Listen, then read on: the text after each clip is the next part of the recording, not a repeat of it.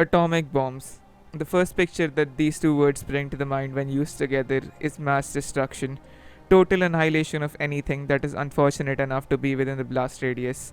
Ever since the world witnessed the destruction of Hiroshima and Nagasaki during the Second World War, the destructive capabilities of a nuclear bomb have been a topic of dread in the minds of people and nations alike.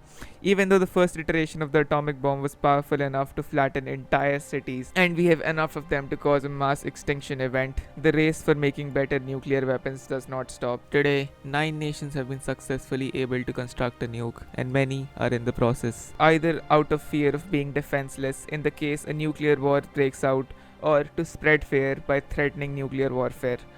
Seeing the destructive capabilities, it should be given that such weapons of mass destruction are regulated and stored with only the highest level of inspection and security. So, what if I told you that despite all this, there are a few, or as I must say, a few too many atomic weapons that have been missing for over decades now?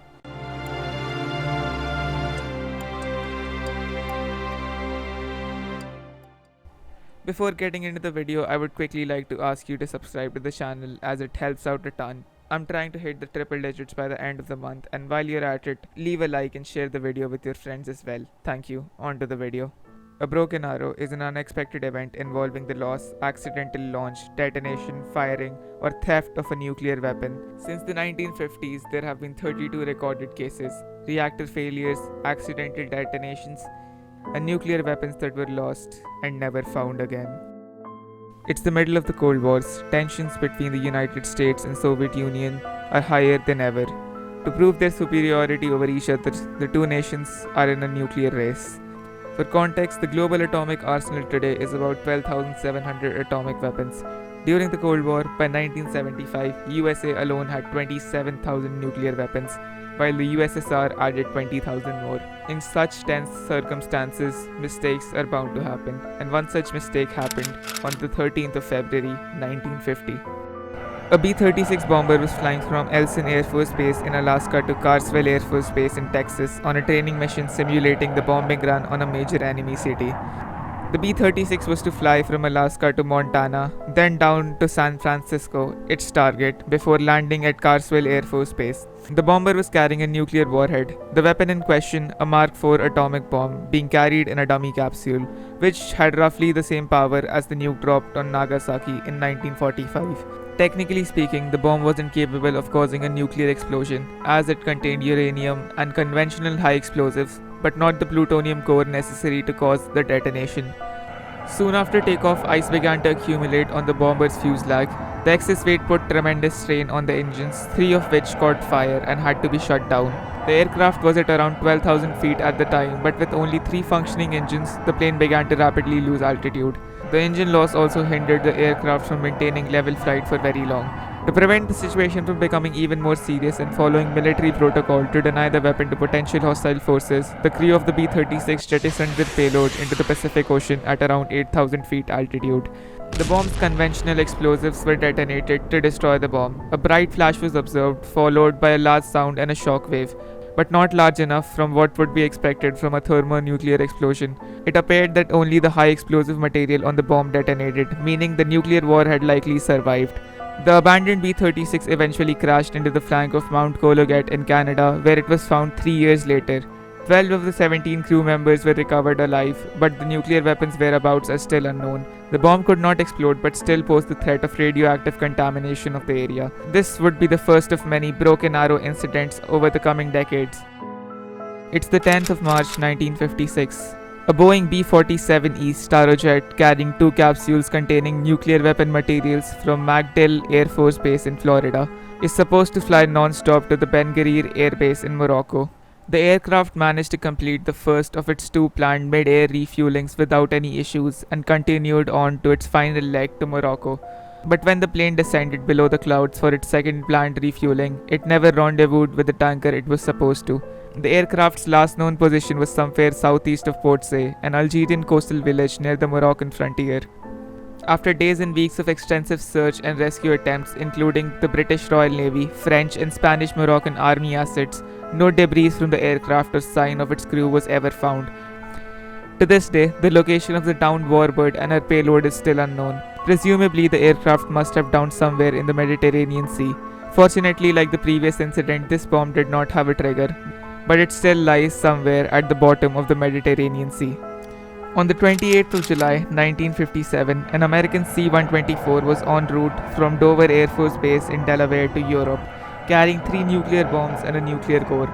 But things didn't go anywhere remotely close to the plan, and the plane barely made it off the American coast due to severe engine problems, and the plane was forced to turn back. As an emergency landing of an aircraft like the C-124 would have likely proved disastrous, the crew was left with no choice than to jettison the payloads to reduce weight. But 160 kilometers off the coast of New Jersey, the plane was still losing altitude. This left no choice but to jettison the nuclear weapons as well. This proved enough for the C-124 to regain altitude, and the plane was able to limp back to an airfield in the vicinity of Atlantic City, New Jersey, with the remaining weapons on board. Since there weren't any explosions reported, the only logical explanation remains that the weapons sank to the bottom of the ocean. Till date, none of the jettisoned nuclear payloads are found and are predicted to be lying somewhere 160 kilometers off the coast of New Jersey. 5th of February 1958. A B-47 bomber was on a simulated combat mission from Homestead Air Force Base in Florida. The bomber was carrying a 3.5-ton Mark 15 nuclear bomb. At around 2 am, the B-47 was close to Tybee Island near Savannah, Georgia. A friendly F-86 was flying through the same area, but due to it not being able to locate the B-47 in the darkness of the night, the two planes collided into each other. The pilot of the F-86 ejected while the damaged B-47 managed to stay afloat, but lost 20,000 feet in altitude. The crew of the bomber was forced to jettison the nuke due to the threats of nuclear accidents while attempting an emergency landing. No explosion was observed and the bomb presumably sunk intact. The B-47 managed to touch down safely at Hunter Air Force Base. Despite extensive contemporary and more modern search efforts, the resting place of the bomb is still unknown. Constant environmental surveillance has not noted any elevated radioactivity for the area above natural levels, so thankfully the environmental impact appears negligible, for the moment at least. On the morning of January 24, 1961, 8 servicemen and a payload of 2 Mark 39 thermonuclear bombs were on patrol on a B-52 Star Fortress over Goldsboro, North Carolina. The patrol was part of an insurance policy in case of a surprise Soviet nuclear attack. The bomber would have been tasked with releasing its payload over Soviet targets should the worst happen.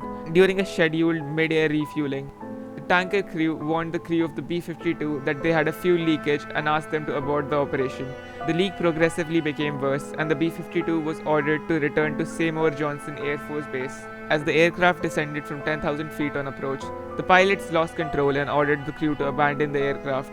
Shortly after, the bomber began to break up mid-air, losing control of its bomb bay doors, and its 2 nuclear bombs actually separated from the aircraft. One of the bombs safely parachuted to the grounds and snagged on a tree where military crews quickly found it.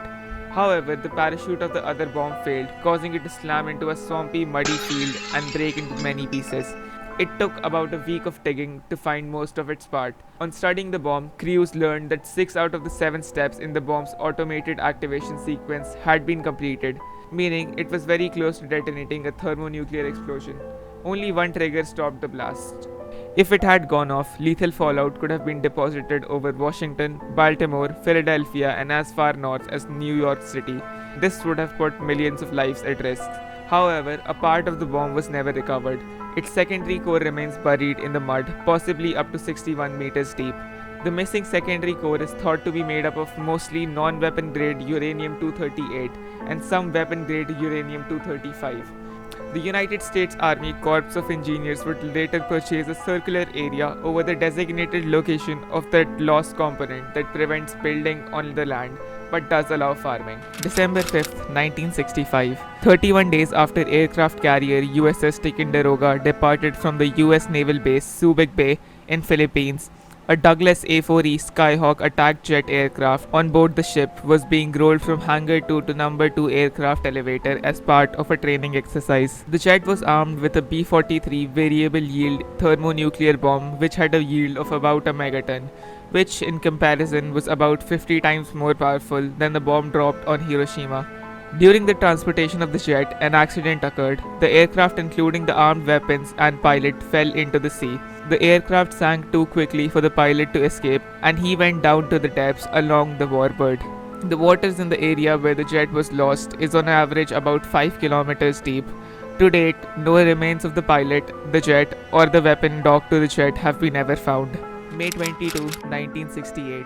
USS Scorpion was on deployment in the Mediterranean Sea, operating with the 6th Fleet from around about spring to May that year. After her duties of observing Soviet submarine activities in the Atlantic were done, the submarine headed towards home, Norfolk, Virginia, on the 16th of May. The vessel was supposed to have arrived back at base on the 20th of May, but the day arrived and the vessel was not there. 6 days later, the vessel was officially reported missing and search began. The wreckage of the submarine was found about 600 kilometers southwest of the coast of Azores Islands. No survivors were found, and presumably the vessel had her nuclear armed torpedoes intact, although they couldn't be recovered. Till day, no solid proof of why the Scorpion sank has been ever provided. And these are only the losses reported by the USA during the Cold War. As the USSR was much less transparent with their information, it is much harder to speculate the number of weapons of mass destruction they have lost. For instance, the K-129 submarine that sunk on the 11th of April 1968, which assumably took 3 nukes to the bottom of the sea. Although, according to reports, some of the weapons were recoverable, it is hard to assure if they were, or if any attempts were made to recover them in the first place. According to estimations made by experts, about 50 nuclear weapons were lost during the Cold Wars, although only a small portion of them have been confirmed. And these were only the ones lost during the Cold Wars. Since then, many more nations have become nuclear powers, and some of them, like China, are secretive about their nukes to the point that even estimating how many they have is difficult, much less to know about any accidents that may have happened. And others, like North Korea, are downright reckless with their nuke tests. So it's hard to imagine no accidents could have happened behind the tightly locked closed doors of these countries. And that about covers everything up. Hope you liked the video. If you did, be sure to leave a like and subscribe to the channel. And with that being said, I'll see you in the next one.